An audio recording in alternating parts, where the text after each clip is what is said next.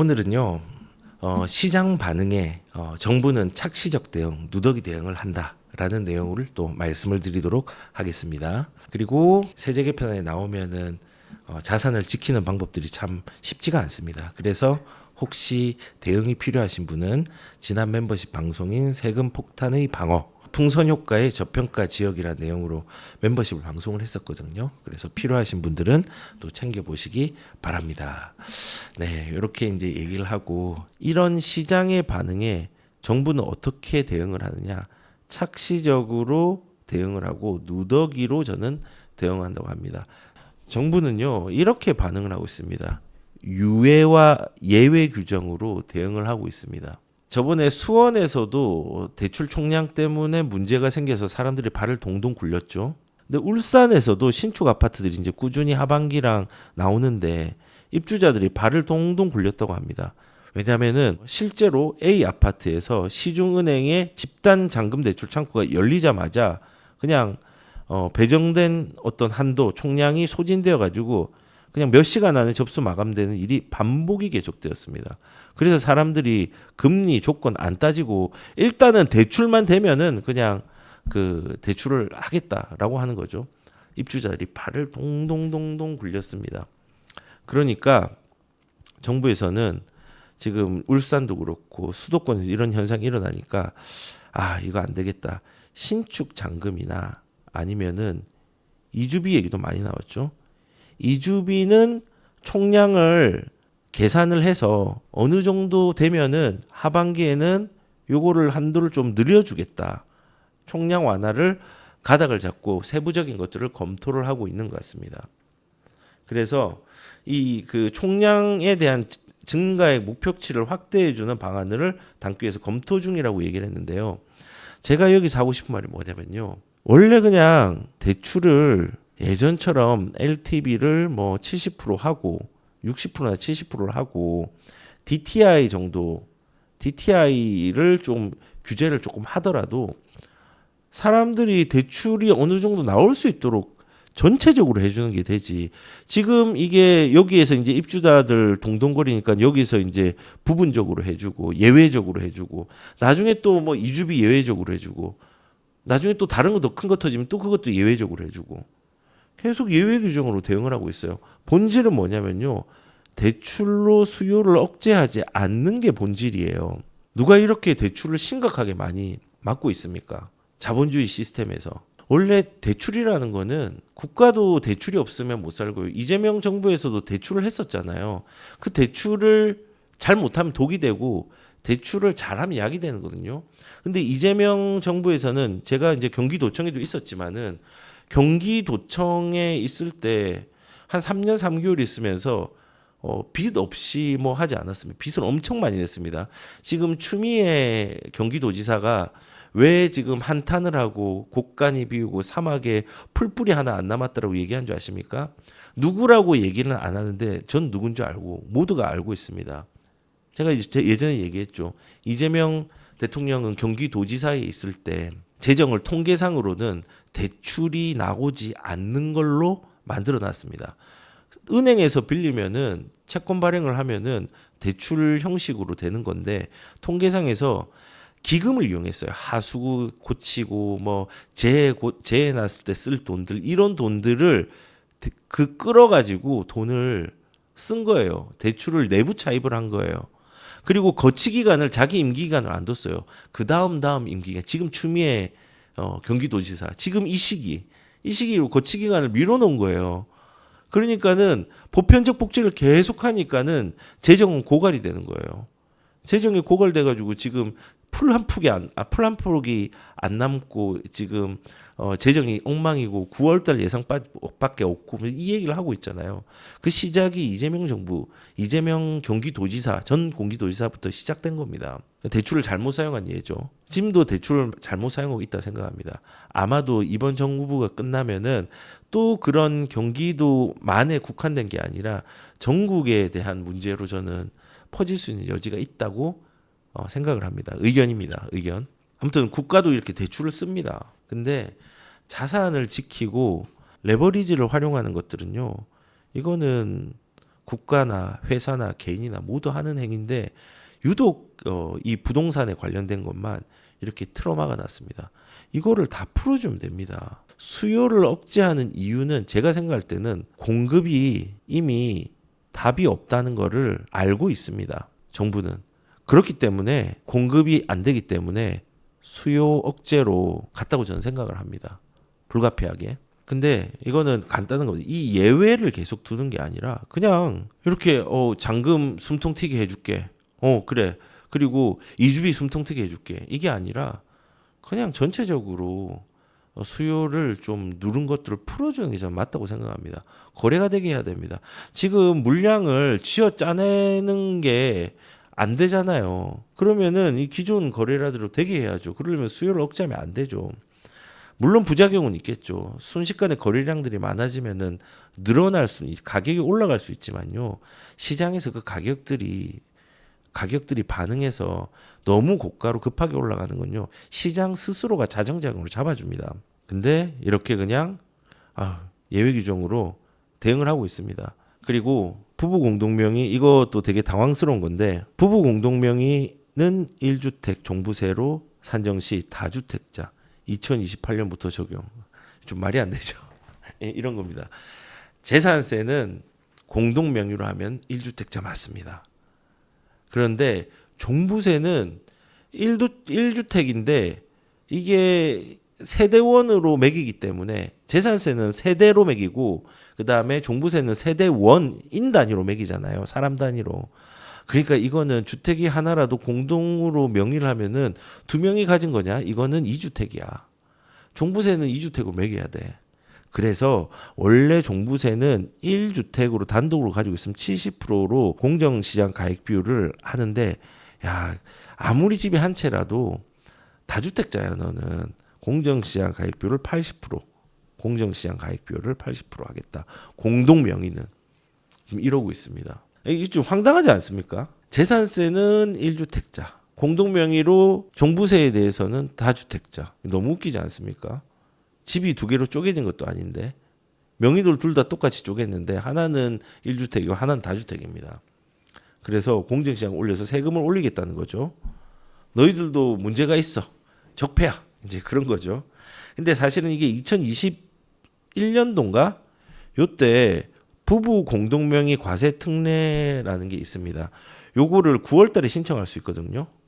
9월 달에 신청해서 이렇게 되면은 예전에는 이제 공제에 대한 부분 문제나 여러 가지 문제 때문에 이거를 새로 만들었는데 만약에 부부 공동명의 과세 특례를 신청하면은 이게 80%가 아니라 한 사람이 공동명의 1주택자 중에서 한 1주택자 과세 특례를 하는 것 중에서 한 사람이 남편이든 아내든 한 명이 이제 세금을 낸다라는 부분으로 과세 특례를 신청하잖아요. 그러면은 이 다주택자 공정시장 가입 80%가 또 70%로 바뀝니다. 이게 뭐 여기 붙이면은 이 다르고 저기 붙이면 저 다르고 아무튼 세무사도 어려워하고 부동산 하는 사람들도 세금을 이제 예전에 문재인 정부처럼 점점 더 누더기처럼 복잡해질 거라고 생각을 합니다. 그래서 정부는 시장의 불만에 유예와 예외 규정으로 계속 대응하고 있습니다. 시장이 원하는 거는 본질의 변화입니다. 규제가 수요를 누르고 있고 그 규제로 인해서 사람들이 좀 불안해하고 있고 실제로 시장의 수요 억제책이 잠시 누를 수 있는 시기는 마련할 수 있지만은 실질적으로 집값을 잡지 못하고 계속 올라간다는 걸 인정을 한다고 하면은 이 본질의 변화, 규제의 일변도가 아니라 규제의 해제에 대한 부분을 고민하는 게 본질의 변화에 더 맞다고 저는 생각을 합니다. 그리고 정부는 또 뭘로 대응하느냐? 공급으로 대응합니다. 공급으로. 97 공급 대책 기억나시나요? 이때 집값이 올랐을까요? 떨어질까요? 이유에 공급 대책이 나왔어. 야, 착공 시점으로 한데 옛날에는 착공 시점이 아니었는데 공급의 시작점을 착공 시점으로 한데 2030년까지 130만 원 나온대. 그리고 LH, 그 훌륭한 LH가 주도해가지고 하면은 이제 질 좋은 임대주택도 나온대. 공공재개발, 공공재건축 한대. 라고 공급 대책을 냈습니다, 그때. 근데 제가 보여드릴게요. 그때 97 공급 대책을 냈을 때 9월 8일이잖아요. 서울 같은 경우는요 더 급하게 올라갔습니다. 대책 나온 다음에 안 그래도 급한데 더 급하게 올라갔어요. 경기도도 안 꺾이고 더 올라가기 시작했어요. 그 시점부터 또 아무 효과가 없고 시장에서는 반응하지 않았어요. 이게 착신 걸 알고 지금 당장 나온 게 어렵다는 걸 알기 때문에 지금 상황에 대한 변화의 공급이 뭔지에 대해서 고민이 안 된 공급 대책은요 시장이 전혀 반응하지 않았습니다. 그런데 보면요 이번 8월 13일 나올지 안 나올지 모르겠지만 요때로 지금 검토하고 있다. 뭐를 공급 대책을 연끌을 할 거래요. 연끌 공급을 할 거랍니다. 어떤 식으로 할 거냐? 중공업 지역에 27,000가구 공급 속도를 낸다고 합니다. 근데 이거는 원래 있던 겁니다. 원래 그 서울시에 조례가 있어요. 서울시 조례에서 중공업 지역을 250% 주택 건립할 시에는 용적률을 250%밖에 안 줬습니다. 근데 2025년도에 규제가 좀 완화돼 가서 법정 상한 용적률의 400%까지 이제 줄 수 있게 됐습니다. 근데 요거를 조금 더 용이하게 줄 수 있도록 유도해가지고 뭐 속도를 내겠다 그런 건지 모르겠지만은 일단은 이 서울의 이 중공업 지역은요 서울 전체 면적의 3.3% 정도 차지하고 있습니다. 그래서 지도를 한번 볼까요? 나중에 중공업 지역이 어디냐라고 물으신다면 네이버 부동산 가가지고 여기 지적도라는 걸 하면요 이제 색깔이 덮입니다. 요 보라색 있죠? 이 보라색들이 전부 이제 중공업 지역입니다. 중공업 지역. 그러니까 중공업 지역이 있는 데가 영등포구, 양천구, 그다음에 구로구, 금천구 요런 데 있고요. 그다음에 강서구 좀 있죠. 그리고 성수동 쪽에 있고요. 그리고 또 어디 있냐면요. 여기 도봉구 쪽에 있습니다. 도봉구 쪽에 여기 이제 아파트들이 다 있어요. 근데 기존의 아파트인데 말고 제가 생각할 때는 일단은 영등포 쪽, 그다음에 구로, 금천, 양천 일부 요런 지역에서 뭔가 개발이 좀 많이 될 수 있는 여지들이 있죠. 노후되었고 그러니까는 요런데 이제 개발해서 27,000호 정도 낸다는데 27,000호 만약에 공급이 되면 많이 나오는 거 아닙니다. 서울에서는 최소한 5만 호 정도, 5만 호 정도가 나와야지 좀 안정된다라고 이제 얘기를 할 수 있는데 그게 매년 그렇게 나와야 됩니다. 그래서 이제 이 정도 나와야 되는데 이 중공업 지역에서 한 27,000호를 낸다고 했는데 이것도 한 세월이겠죠. 절대로 바로 나오지는 않습니다. 그리고 공공기관 역세권 땅 다 참다 숨은 땅 찾기의 총력전이라고 하는데 뭐 공공부지 같은 거 얘기하는 거죠. 태릉 CC뿐만 아니라 뭐 지금 과천 이해관계들이 얽혀져 있는 그런 곳뿐만 아니라 여러 곳을 다 찾는다고 하죠. 이것도 시간 많이 걸립니다. 그다음에 비아파트 공공임대 최대한 공급 이거 시간 많이 걸리겠죠. 뭐 매입 임대해가지고 또 한다고도 하는데 이것도 많이 걸립니다. 차라리 이런 것도 좋지만요. 정비사업 있잖아요. 정비사업의 사업성 제고가 될 수 있도록 절차들이라든지 이런 것들을 국가적으로 고민을 해보는 게 훨씬 더 좋습니다. 수도권에 5만 플러스 알파, 서울에 필요한 게 5만 호입니다. 13일 나온다. 이런 것들을 하고 있는 거예요. 그리고 이상한 민주당의 의원 중에 한 명이 청년들 버스를 집으로 만들자.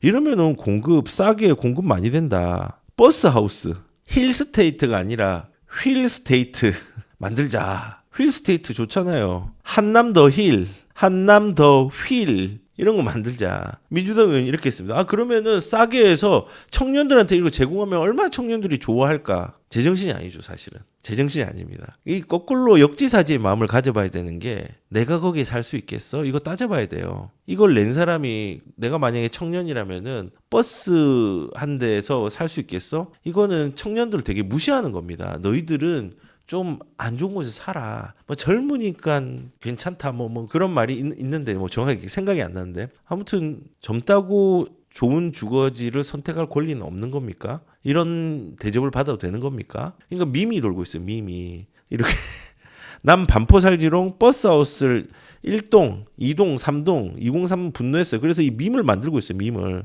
버스 이렇게 올려가지고 아파트 있고 이쪽으로 들어간다. 얼마나 좋아. 폐버스를 이용한대요. 이 편한 청년버스 1동 이래서 버스 이렇게 해가지고 이렇게 이런 밈이 돌고 있어요. 이런 식으로. 얼마나 열받았으면 이거를 만들어가지고 밈을 만들어가지고 돌리고 있겠어요. 저는 정부가 이렇게 좀 하진 않았으면 좋겠습니다. 제발 좀 다른 방법을 좀 찾았으면 좋겠습니다. 정상적인 방법, 그냥 지금 있는 유통거래 될 수 있는 거래 물량들에 신경을 더 써야 돼요. 그리고 정비사업의 사업성을 신경을 더 써야 되고 정비사업이 잘 나올 수 있도록 해야 돼요. 정비사업이 많이 나와도 집값이 떨어질까요? 안 떨어집니다. 안 떨어지는데 지금처럼 너무 속도감 있게 올라가지는 않을 거라고 저는 생각을 합니다. 이번에 집값 오른 거는 정책의 실패의 문제라고 생각을 합니다. 그리고 공급을 또 어떻게 할 거냐, 그린벨트를 펴겠다고 합니다. 그린벨트 총령 규제 이미 풀었다. 올림픽 선수촌 일대 대상. 그러니까 지금 여기를 보니까 그린벨트를 본다고 하면은 올림픽 선수촌 기자촌이잖아요. 근데 지금 여기 보이시죠? 여기 요런데 이 그린벨트거든요. 요런 데를 뭐 한다고 해요. 그리고 생각해 놓은 데가 정부에 생각해 놓은 제 생각이 아닙니다. 수서역 주변에 여기 수서역 있잖아요. 요 지역들 수서역이 여기 있습니다. 여기가 수서역이고 요 아래쪽. 그리고 또 아까 뭐 군부대 여기 보면은 내곡동 훈련장 인근이라고 했잖아요. 내곡동 훈련장은 요쯤에 있거든요. 요 지역 여기 내곡 IC랑 헐렁 IC 사이에 내곡, 세곡, 자곡이 여기 다 몰려 있습니다. 여기 요런 지역들 요런 데다가 이제 주면은 위치는 좋죠. 그 저는 참 이 그린벨트에 대해서 이재명 정부가 경기도지사 있을 때 그린벨트를 푸는 거는 투기 조장을 하는 것이다라고 얘기했어요. 그리고 민주당에서는 그린벨트 푸는 거 별로 좋아하지 않습니다. 좋아하지 않는데 지금 영끌을 해야 되니까 또 어쩔 수 없이 이 그린벨트를 푸는 것 같습니다. 뭐 이렇게 이제 정부는 대응을 하고 있는 것 같습니다. 근데 이 그린벨트도 이명박 정부 때 이 세곡동, 내곡동, 자곡동을 자기 임기 내 발표해서 진짜로 물량을 냈습니다. 근데 지금은 공사비 문제도 있고 공기도 공사 기간도 많이 늘어났기 때문에 지금 임기 내 내는 것은 불가능합니다. 이것도 시간이 많이 걸립니다. 지금 정부의 대응이 이렇습니다. 시장이 불만을 가지고 있는데 정부는 영끌 공급을 하겠다고 했는데 비아파트 내고 뭐 공공청사에 복합해가지고 주택 낸다고 하고 도심 복합 사업들 그건 속도는 빠르겠죠. 그런 걸로 낸다고 하고 비아파트 이제 중공업체 기존에 있는 것들 속도 낸다고 하는데 다 이거는 장기적인 얘기입니다. 장기적인 얘기. 그래서 저는 그냥 개인적으로 새로운 거 발표하지 말고 착시적으로 장기 공급에 현혹시키지 말고 그냥 시장이 거래가 될 수 있도록 유도하는 정책들을 냈으면 좋겠습니다. 이 시장을 유도하는 정책들은 정비 사업을 악으로 만들지 않고요. 지금 거래가 잘 되게 하고 그리고 제초안이라든지 지휘권 양도라든지 이런 부분들 다 풀어주고 저는 개인적으로 여기서 뭐 사업 시행인가나 관리 처분인가나 뭐 이런 쭉쭉 가는 부분에서 뭐 행정적인 지원을 좀 잘 해줬으면 좋겠어요. 인허가 할 때 좀 지원을 잘 해주고 그리고 인센티브도 주고 기부 체납 줄이고 뭐 이렇게 사업성을 좋게 하고 그 다음에 지금 세금하고 대출이 막혀 있잖아요. 이걸로 지금 기존에 있는 유통 물량들 있잖아요. 요걸로 공급을 좀 내주세요. 세금을 증세시키지 말고요. 대출도 너무 막지 말고 대출이 총량이 많이 늘지 않았냐. 자산이 늘었으니까 대출이 늘어나는 것도 당연하죠. 대출 때문에 사고 나지 않냐. 교통사고 난다고 자동차 안 탑니까? 배 사고 난다고 배 안 탑니까? 모든 거에는 사고가 일어날 수 있는 건 안타깝죠. 그걸 최소화할 수 있는 방법을 생각해야지 그 본질적인 걸 막아버리면 어떡합니까? 유통거래를 늘릴 수 있는 부분으로 가야 되고요. 지금 이 공급으로 이 시민들의 불안감들, 국민들의 불안감들을 조금 가릴 수는 있지만 단기적으로 효과는 있을 수 있는데 97 대책을 볼 때 이번에도 전혀 효과가 없을 가능성들이 매우 크다. 어차피 지금 당장에 효과 있는 공급책이 없을 거니까. 그리고 저는 이 수요를 막는 정책들, 시장 왜곡을 만든다 생각합니다. 부동산에 대해서 부정평가가 과반이 넘는데 저는 국민 주권 정부라고 지금 얘기하지 않나요? 국민 주권 정부면요. 국민 주권에서 과반이 넘는 사람들이 지금 부동산에 대해서 부정을 하고 있다고 하면은 국민 주권의 주문에 따라서 반응해야 되지 않을까요? 아니 그 투표로 이기면은 국민의 뜻을 받던 거 맞죠? 1% 이상이라도 몇 프로라도 했으면 국민의 그거 맞죠. 근데 국민의 뜻이 정부의 의도랑 반하면은 그게 국민의 뜻이 아니라 그래도 이게 비난을 받더라도 내가 감내하고 정부에서 주어진 힘으로 하겠다라고 얘기를 하는데 그렇게 하면 안 되지 않나요? 지금 이렇게 부정평가가 많고 문제가 있으면요, 국민 주권 정부라고 하면 과반이 넘어가면 이 주권을 받들어야 되지 않습니까? 그렇게 반응해야 되지 않나요? 저는 그렇게 생각합니다. 그래서 지금 일단은 지금 정부는 규제 강화는 공급을 못하기 때문에, 이거를 스스로도 알기 때문에 수요를 또 막는 게 또 아닌가라는 얘기를 다시 한번 얘기를 해봅니다. 제발 그냥 땅 새로운 거 발표하지 말고요, 착시적 공급에 눈멀게 하지 말고요, 지금 있는 시장의 상황에서 거래될 수 있는 본질을 더 찾아갔으면 좋겠다라는 생각을 해봅니다.